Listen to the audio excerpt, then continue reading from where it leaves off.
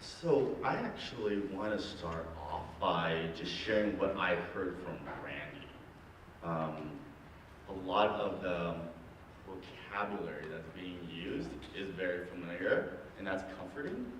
But there were certain themes that came out from your talk I just want to highlight right now, and hopefully I can highlight um, that in my talk today and then in the kind of larger presentation.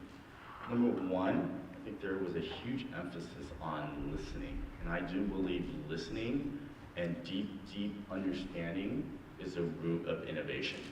Transformation and change will not occur if you don't have deep empathy. Number two,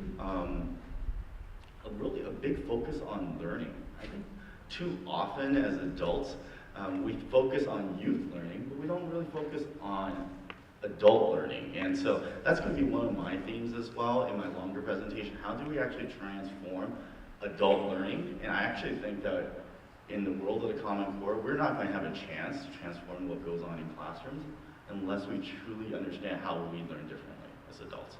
Number three, it seems like the group is trying to make sense and develop their core values. And I remember going through this process with our organization, and I encourage you to keep on that. And I'll talk a little bit about core values and our belief statements as well. And the last one is, you said it right at the end, but you kind of cut it short. It was about with great powers comes great responsibility. It's like the whole Spider-Man thing. Empowerment, school empowerment is hard. It's really difficult, and I think it's just as difficult for the system as it is for schools. So I completely agree with you. There is a lot of responsibility that comes with that, and I do think that there are lessons that we've learned in LA that hopefully we can inform for you over the next couple of days. So I'm going to give a quick overview of the Intensive Support and Innovation Center.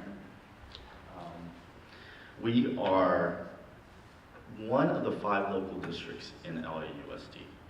We are 135 schools, 23 elementary, 24 middle, 84 high schools, and 4 span schools. Now, LA is a pretty massive geography. It's 710 square miles. We serve 650,000 K-12 students, and in addition, about 25% of our schools are charter schools. And I actually have a charter school background. I was a principal of a charter school before I came and worked for the large system. We, in ISIC, we call ourselves ISIC, Intensive Support and Innovation Center, we're the only non-geographic service center. So as you can see up there, there are 4 geographic service centers throughout LA Unified. We're the non-geographic one. We're the disruptive innovation in the system. No, when we were created in 2012, nobody really could make sense of us because we serve schools all throughout the district. Now, we put our schools in 3 large buckets. We serve all the schools that are considered focus schools based on our school performance framework. And that basically means that these schools have been challenged to improve. They're not performing where they need to, and they haven't shown improvement over the last 3 years. So they were put under our jurisdiction. Number 2, we serve all the schools that have network partners. So these are schools that have nonprofits that are helping to build their capacity at schools. And the 3rd bucket of our schools, we actually have these schools called pilot schools. There's 49 of these schools in the system. And these are schools that have complete autonomy from, they're probably our most autonomous, they are our most autonomous schools. They have freedom from board policies, from district policies, and also from our teacher contracts. So we're notoriously known for having a really thick teacher's contract. They have waivers on a district a teacher's contract. They have a 7-day teacher contract in essence.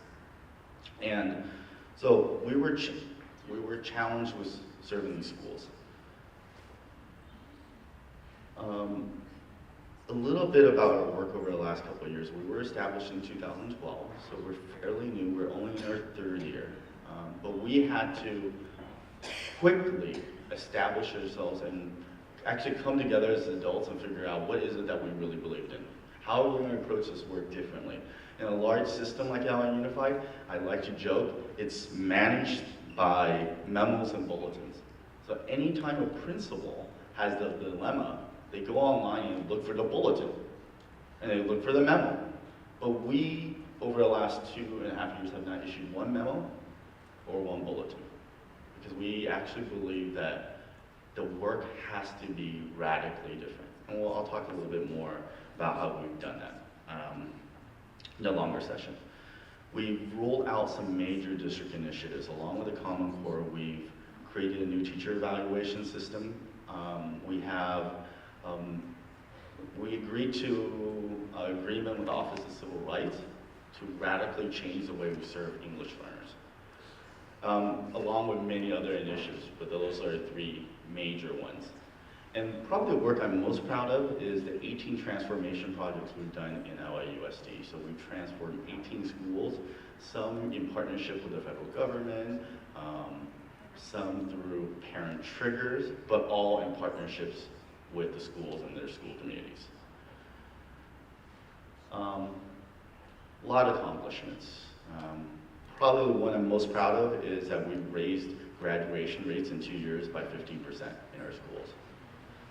And we have seen, when we first started, graduation rates were at 55.4% in our schools. Last year, our preliminary graduation rates just came out, 70.5. Probably the work I'm most proud of. I'm going to share with you a few lessons learned. Number 1, intensive support and innovation go hand in hand. So when the superintendent reorganized the district and put all of these schools under ISIC, in my own mind, I thought the work, or it was actually 2 parts of our work. There were schools that needed intensive support, and there were schools that were trying to do very innovative work, like our pilot schools. What I realized was that work actually has to go hand in hand. For schools to truly transform, the schools that need the most quote-unquote intensive support, pouring more resources into those schools will not actually help change those schools. We actually had to help and facilitate ways for them to radically transform themselves, change the way they do the work. They had to be innovative themselves.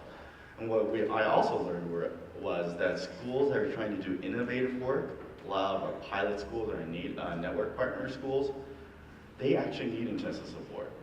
They need air cover from the system.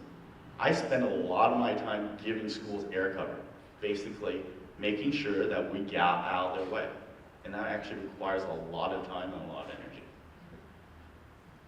Shockingly, huh? Second thing, transformation must be owned by school sites. So when I first started, the transformations, the major school transformations was a kind of district-imposed process. And what we saw was there was just so much resistance to anything that was imposed by a large system. So we had to actually figure out how do we change this. So I'm going to give you a very specific example. Schools were required to write these transformation plans. So we would get these 200-300-page documents.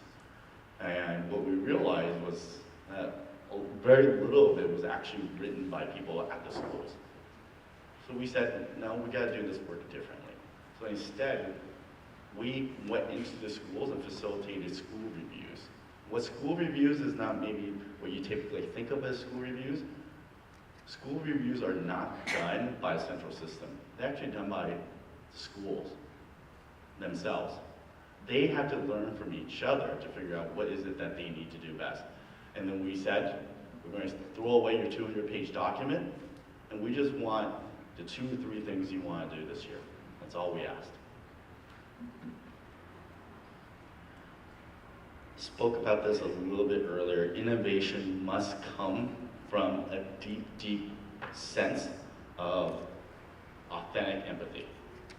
So I'm a big fan of design thinking. Have any of you been exposed to design thinking?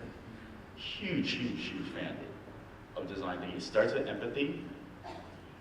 It's really trying to figure out what the issues are. Deep, rapid ideation, prototyping, and massive testing.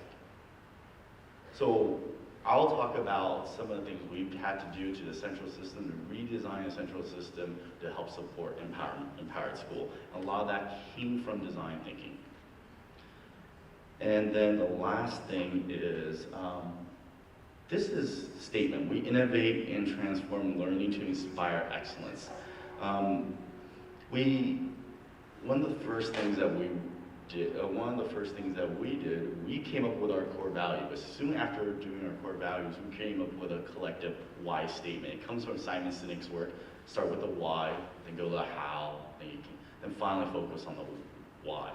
So we actually went through a process of our core beliefs, and what we did is we all had a sheet. Each one of us on a team had a sheet of values, and we took our 5 top values, personal values.